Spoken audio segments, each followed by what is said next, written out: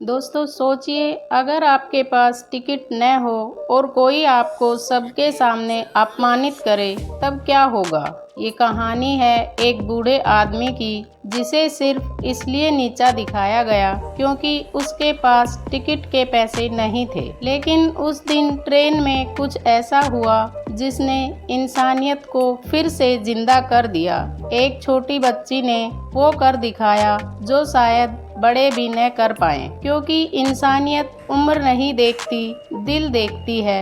यह कहानी उत्तर प्रदेश की है। उत्तर प्रदेश की लोकल ट्रेन में भीड़ हमेशा सामान्य होती है। भीड़ भाड़ वाले डिब्बे, लोगों की चहल पहल, टिफिन से निकलती पराठों की खुशबू और खिड़की से झांकती धूप। लेकिन उस दिन के पैसेंजर डिब्बे में एक नज़ारा अलग था। एक बूढ़ा आदमी, उम्र लगभग 70 साल, पतली काया, झुकी हुई पीठ और पुराने से कपड़े पहने ट्रेन की कोने की सीट पर बैठा था। उसके हाथ में एक पुराना थैला था और आंखों में थकान की परछाई। उसकी चप्पलें टूटी हुई थी और चेहरा ऐसा जैसे जिंदगी ने कई परेशानियां उसके शरीर पर लिख दिए हों। वह चुपचाप बैठा था, किसी से नजरें मिलाए बिना, बस खिड़की से बाहर देखता हुआ। पास बैठे यात्री भी उसे देख रहे थे, लेकिन किसी ने कुछ नहीं पूछा। ट्रेन ने स्टेशन छोड़ा ही था कि एक आवाज आई, टिकट दिखाओ। ट्रेन टिकट एग्जामिनर, उम्र लगभग 45 साल, सफेद शर्ट, काली पैंट और कंधे पर बैज, डिब्बे में घूम रहा था। एक एक करके टिकट जांचते हुए उसकी नज़र बूढ़े आदमी पर पड़ी। हेलो अंकल, टिकट है क्या? उसने रूखे स्वर में पूछा। बूढ़े आदमी ने धीरे से कहा, बेटा, टिकट नहीं है, पैसे नहीं थे, लेकिन मुझे आगरा जाना है, वहीं मेरी बेटी रहती है। जाना बहुत जरूरी है, इसलिए बिना टिकट के ही बैठ गया। टीटी ने चिढ़कर कहा, जरूरी सबको होता है, लेकिन यह ट्रेन फ्री में नहीं चलती, समझा? चल नीचे उतर, अगले स्टेशन पर उतारूंगा तुझे। डिब्बे में सन्नाटा छा गया। कुछ लोगों ने नजरें चुराई, कुछ फोन में उलझ गए। बूढ़ा हाथ जोड़कर बोला, बेटा, मैं स्टेशन पहुंचते ही बेटी से पैसे मंगवा लूंगा, मैं वादा करता हूँ। लेकिन टीटी का मन पत्थर हो चुका था। जितना तूने टिकट बचाया है ना, उससे बड़ी कीमत अब तू चुकाएगा, बेइज्जती की। उसने जोर से धमकाते हुए कहा, अगले स्टेशन पर उतर जाना।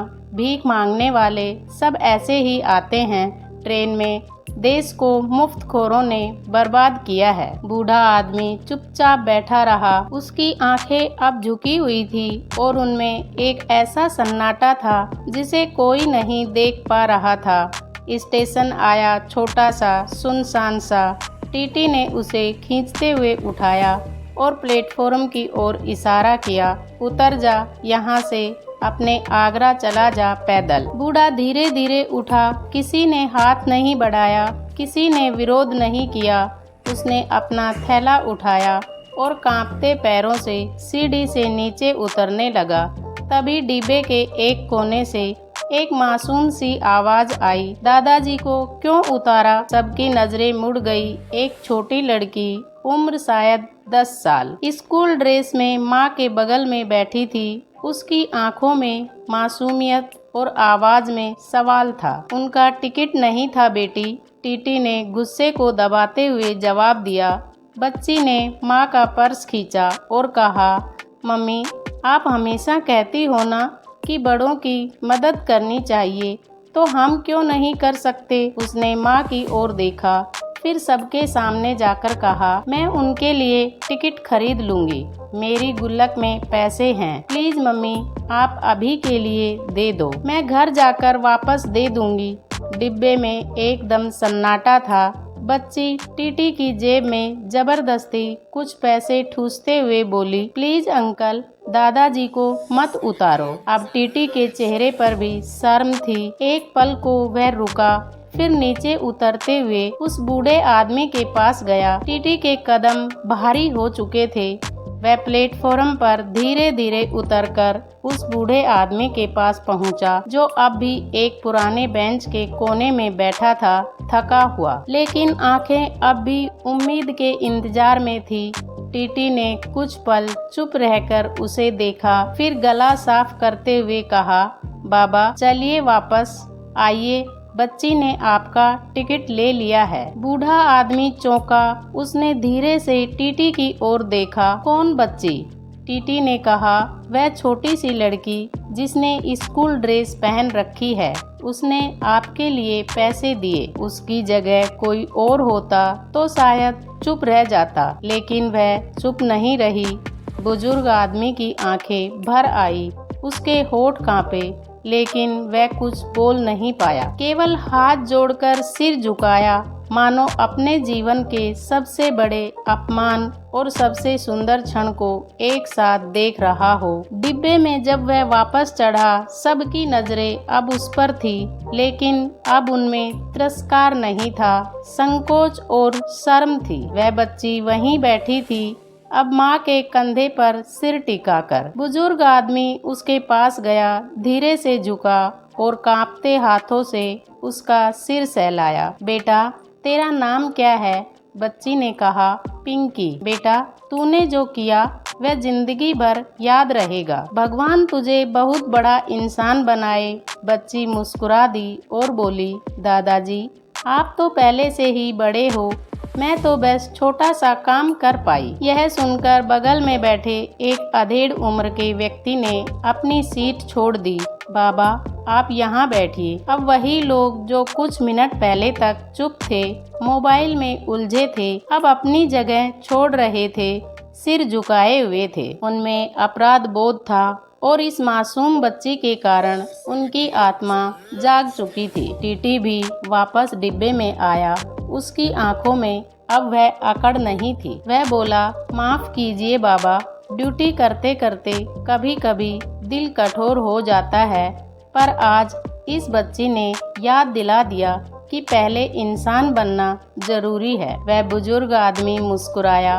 गलती आपकी नहीं, यह जमाना ही ऐसा हो गया है जहाँ हर बुजुर्ग को झूठा, हर भूखे को चोर समझ लिया जाता है। लेकिन आज इस ट्रेन में छोटी बच्ची हमें बड़ा बना गई। ट्रेन ने फिर से चलना शुरू किया। खिड़की से बाहर खेतों की हरियाली थी और डिब्बे के अंदर अभी गर्माहट थी, जो ना ही टीटी की टोपी से आई, ना ही किसी सरकारी आदेश से। वह गर्माहट एक छोटे दिल से निकली थी, जो ना उम्र देखता है, ना जात, ना हालात, बस इंसान देखता है। ट्रेन अब धीरे धीरे आगरा स्टेशन के करीब पहुंच रही थी, वही स्टेशन जहां उस बुजुर्ग आदमी को पहुंचना था, जहां उसकी बेटी रहती थी, जहां वह कई सालों बाद मिलने जा रहा था। डिब्बे के भीतर अब कोई शोर नहीं था, सब कुछ शांत था, लेकिन उस खामोशी में भी एक गूंज थी, पिंकी की मासूमियत की गूंज।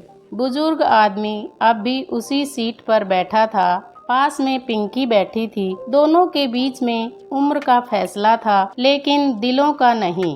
बुजुर्ग आदमी ने धीरे से अपना थैला खोला और अंदर से एक पुरानी सी मिठाई की डिब्बी निकाली। बेटी पिंकी, यह मैं अपनी बेटी के लिए लाया था, लेकिन अब लगता है इस पर पहले तेरा हक बनता है। पिंकी ने पहले मना किया, लेकिन बूढ़े आदमी ने मुस्कुराकर उसके हाथ में रख दिया। तूने मेरी इज्जत बचाई है बेटा, मिठाई तो बहुत छोटी चीज है तेरे सामने। पास बैठी पिंकी की माँ अब तक यह सब देख रही थी, उसकी आंखों में नमी थी। उसने अपनी बेटी को सीने से लगाया। आज तूने माँ को सिखाया है कि इंसानियत क्या होती है। ट्रेन ने सीटी दी। आगरा स्टेशन आ चुका था। बुजुर्ग आदमी खड़ा हुआ, कांपते हाथों से अपने बैग को ठीक किया और दरवाजे की ओर बढ़ा, लेकिन एक पल को वह रुका, मुड़ा और पूरे डिब्बे की ओर देखा। आज मैं जा रहा हूँ, लेकिन आप सबके चेहरे याद रखूंगा। मैंने देखा कि चुप रहना आसान होता है। छोटी सी बच्ची ने सिखा दिया कि बोलना जरूरी होता है जब किसी के साथ नाइंसाफी हो। शुक्रिया पिंकी, और शुक्रिया आप सबका, आपने इंसानियत की आवाज़ सुनी। डिब्बे में बैठे लोग जो अब तक सिर्फ तमाशबीन थे, अब खड़े होकर तालियां बजाने लगे। बूढ़ा आदमी प्लेटफॉर्म पर उतरा। ट्रेन धीमे धीमे चल पड़ी। पिंकी खिड़की से झांक रही थी। उसने हाथ हिलाया। बूढ़े आदमी ने भी थकी मुस्कान के साथ अपना कांपता हुआ हाथ उठाया।